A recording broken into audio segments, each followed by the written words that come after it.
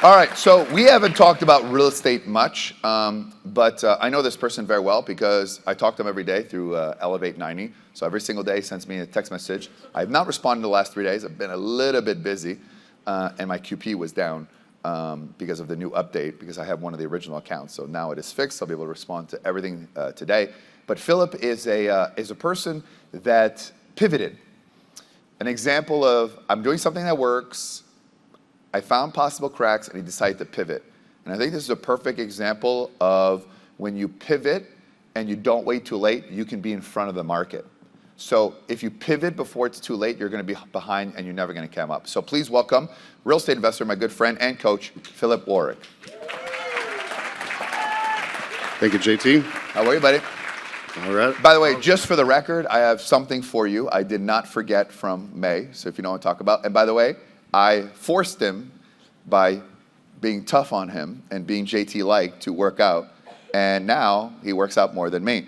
And I have to say, man, you look really good. Doesn't it look really good, right?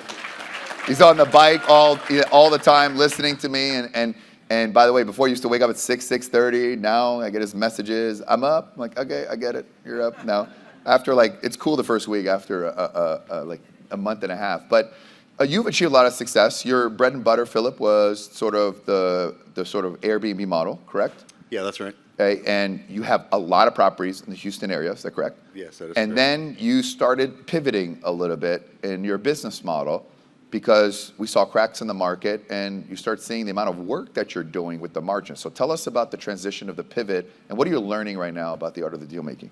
Yeah, so as a full-time real estate investor for over 20 years, I know that we have to pivot. We got to be prepared to move when the market moves and to change when the market changes. And upon your advice, we did list some houses for sale and got them sold pretty quick at before the market turned, which was really good.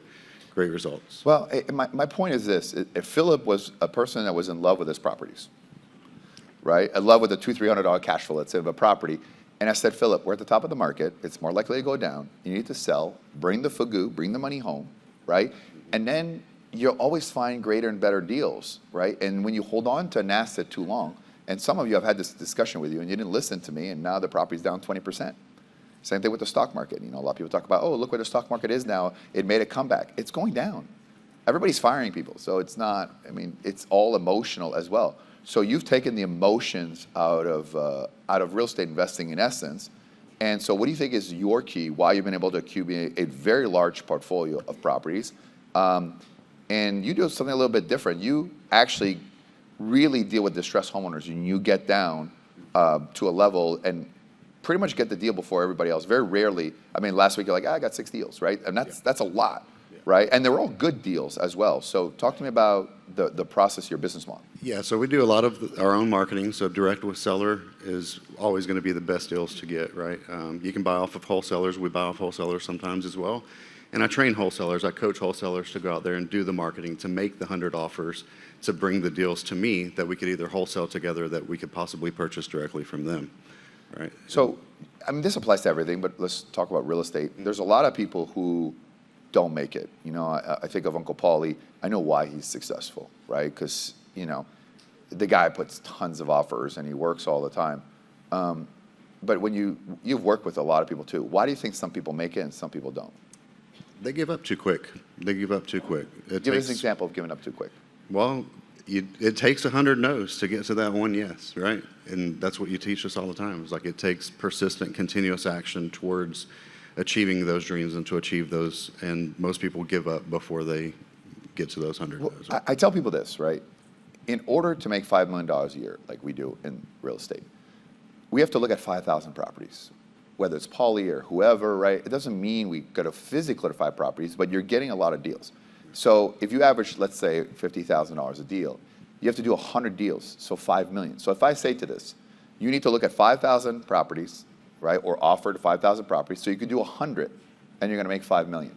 But people put 20 offers, or 2 offers, or 1 offer a week.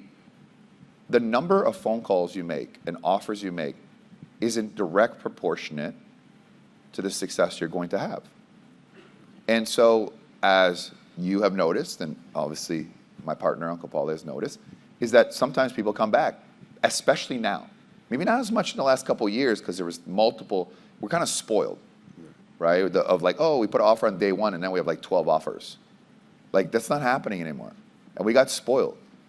And I know a lot of you are frustrated with, oh, the rate's gone up. We are paying the bill that's due. Like, there's all this free money that nobody was complaining about. It's like, well, hey, don't give me free money. Hey, it's going to go up. Everyone took the free money, and a lot of people took advantage of the free money. And so the bill is due, right? Difference between me and everybody, I cashed in before knowing that. And of course, there's a few of them that, we tried to cash in and we didn't, and offers fell through. But now, good old-fashioned fundamentals, just like 19, 18, 17, like we did, right? It's going to require like the art of the skill making, dealing with emotions of distressed homeowners, right? Which you are very good at as well. And you're also very good at holding people's hand. So I know a lot of your clients do very well. So what is it about you that allows your clients to do very well? So what allows my clients to do very well with me is just the 20 years of experience, to be able to guide them and show them what works, how to be consistent, how to be persistent in doing and taking the actions that they need to take to get the deals done, and having perspective, somebody to bounce ideas off of, whether it's a good deal or not, and what to do, what not to do. So investors have a lot of problem right now, people like you, where wherever you put your attention is, if there's a fire, you'll move there, and the fire are going to go in there. And you realize that the people that work for us don't think like us. They just don't think like us. And it's frustrating because if you're not there, then mistakes happen. And I think every single one of us here comes to that realization. And, you asked me that question, and I thought about it. And I just said, for right now, what we need to do is to buckle down. And yeah, we may have to put out fires ourselves, but eventually everyone will flame out because they just don't know how to deal. They haven't built the resilience in the last 2 years like many of you do, right? The greatest opportunities are coming. But a lot of people who are not ready. It's like you haven't worked out and then you figure, okay, now I got to run a marathon. Well, you're not going to run very far. So I'm going to ask you a question. You've achieved a lot of success sustainably, which is not just 1 year, 20 years in the business. What is the number one key to success for people to become successful? Real estate or anything? Coaching.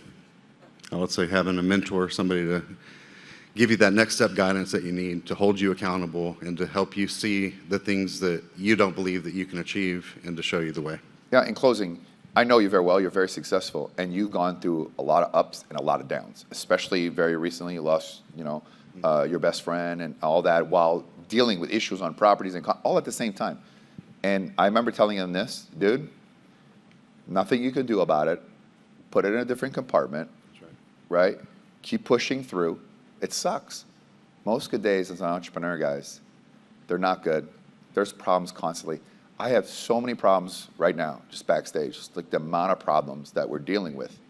But I know that we will solve it. And you cannot get debilitated by the bad problems. You have to push through. I've gone through a lot of adversity, personal adversity this year. I know you have. And, even Uncle Paulie going through some realizations about his past and his family to realize that, what? There's nothing wrong with putting yourself first. I think a lot of you are so good to so many people, but they don't reciprocate back. You don't owe anybody anything, right? But you owe yourself first, because if you don't love yourself first and you don't believe in yourself first, you're no good to anybody else. And, Philip was so successful, but he didn't get it yet. And then once he did, physically, look amazing, by the way. Mindset, confidence, and more importantly, you're the real deal. So thank you for being here. Right. Good job. Thank you for having me.